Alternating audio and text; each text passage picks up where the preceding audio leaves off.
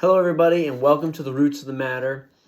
I'm going to talk about a very hot topic right now, and that is the electric equipment in the landscape industry. So, chainsaws, weed eaters, those kinds of things, blowers, whatever it is. So, I get asked this a lot. Are they good? Are they bad? And I can do some reviews, and I will have some reviews on my YouTube site that you can always look at. But generally speaking, this is my opinion and what I've seen from working in multiple states and different places. Electric equipment is very good in its own aspect, but not for every situation. So when you have a porter service, so you're working on a golf course, something, you're able to charge stuff quickly and easily, that is great. That's a great spot for electric equipment to be. Actually, I had a company that they switched from gas-powered equipment to electric equipment because they were spending about $1,200 a month on gas. And then when they switched to electric, they were able to save that $1,200 and put that bill onto the people that were paying for the services, which saved the company over all the different sites and a lot of money, hundreds of thousands of dollars. And it looked good on them, even though they're charging basically their customer more money to do the same service. People always ask about the equipment, like chainsaw, for example. Is it going to cut all right and stuff? The cutting has nothing to do with about it being electric, okay? It's going to cut.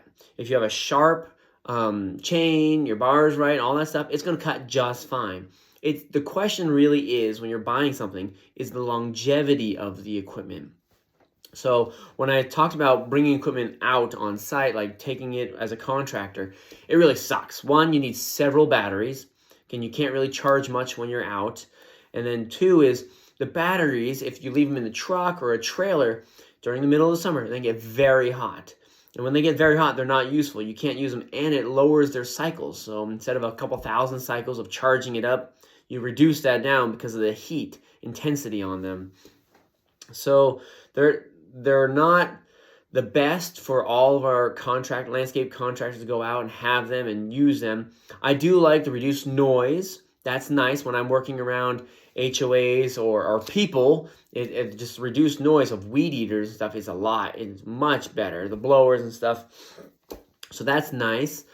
But then, of course, you're going to have some really funny issues happen.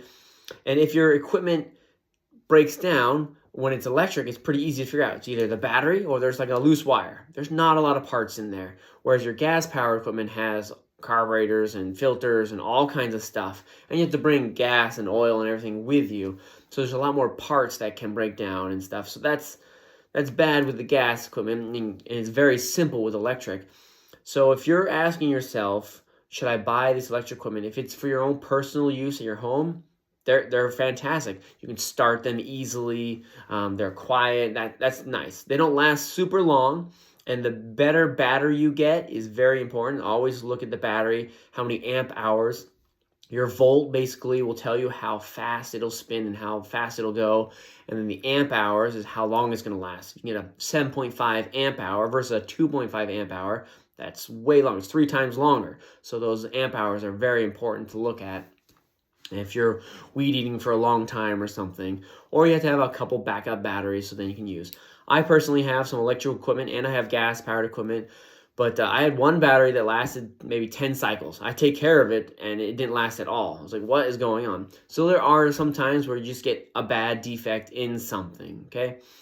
Also, when they create battery equipment, they make sure that you can't use them with each other, which is super annoying. All the different brands stuff don't want you to use. They all want you to buy their own proprietary batteries.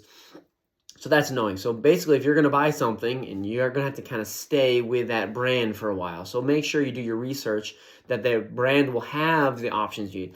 Let's just say they have a chainsaw and a weed eater and blower, but they don't have hedge trimmers or something. And you're going to need hedge trimmers. Make sure that all the equipment you have, or you're going to need, will have the same batteries. And not different batteries, not different sizes, not different things. They all interlock. You can use them for each one instead of having to buy 50 different kinds of batteries. Make sure that you can use them for each thing. So that's my advice about battery, electric equipment. There are pros and cons to it, and I hope that you'll do the research of whatever brand you want to use. I'll do some brand reviews and things that I like and don't like about them. But that's my advice, and I hope you have a great day. I'll see you in the next video.